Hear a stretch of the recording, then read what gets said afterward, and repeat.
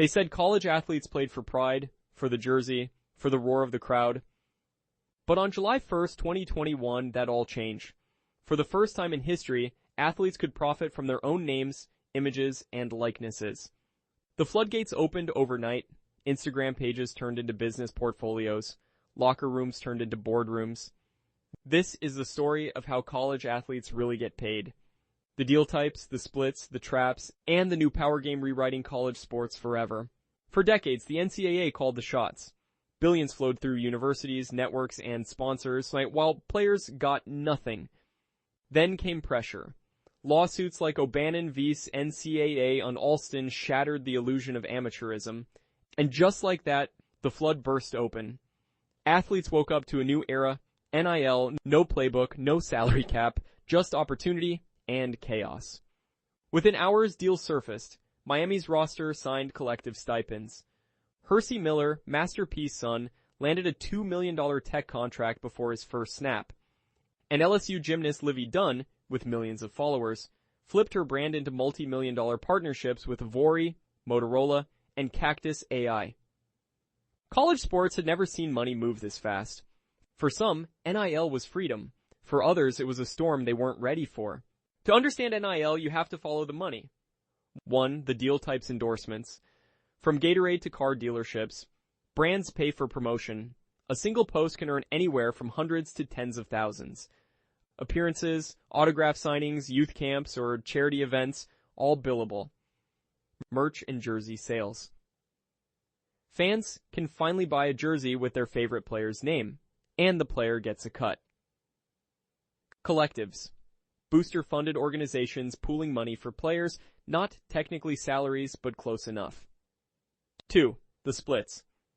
A $100,000 deal doesn't mean $100,000 earned. Agencies take 10 to 20%, lawyers take their fees, taxes bite another 30%. Many walk away with barely half. Still life-changing money, but far from the headlines. The power players. In this new economy, attention is currency. USC quarterback Caleb Williams turned his Heisman glow into Nike, Beats, and Wendy's deals worth millions. Colorado's Shedeur Sanders, coached by his father Prime, built a brand that blends swagger and business, earning partnerships with Gatorade and Brady Brand. Ohio State's Marvin Harrison Jr. turned quiet dominance into national deals with Dr. Pepper and Nissan. Veterans Bo Nix and Michael Penix Jr. proved that returning to school could be lucrative, securing six-figure NIL deals before heading to the league. Texas QB Quinn Ewers, with his cannon arm and iconic mullet, became a brand of his own, landing partnerships with Panini, Wrangler, and Sonic. Colorado's Travis Hunter blurred the line between offense, defense, and influencer, documenting his rise through his own media brand. And in women's sports, NIL changed everything. Caitlin Clark became the face of college basketball. Her logo ranged threes and fire, turning her into a national brand with Nike, Buick, and State Farm. Angel Reese made the Bayou Barbie a household name, signing with Mercedes-Benz, Coach, and Reebok. Her teammate Flau'jae Johnson, part rapper, part athlete, signed with Rock Nation and built a crossover brand unlike anything college sports had ever seen. Meanwhile, thousands of other athletes are finding smaller wins, partnering with local restaurants, launching merch lines, and building YouTube channels. For the first time, college sports reward not just talent, but personality. It's not just who you are on the field, but who you are everywhere else. Every gold rush breeds greed, and NIL is no exception. Some players sign deals without understanding the fine print. Others get trapped in exclusivity clauses that block future partnerships. Scammers pose as agents, collect upfront fees, then disappear. Some collectives have even defaulted on payments, leaving athletes unpaid with no legal recourse. Then there are the stories that rarely make headlines. An SEC star's six-figure NFT deal collapsed when the company folded mid-season, leaving him with a tax bill and no payout. A Big Ten athlete lost eligibility after endorsing a supplement that violated NCAA policy, and a Pac-12 player unknowingly signed away lifetime image rights for a one-time $10,000 check.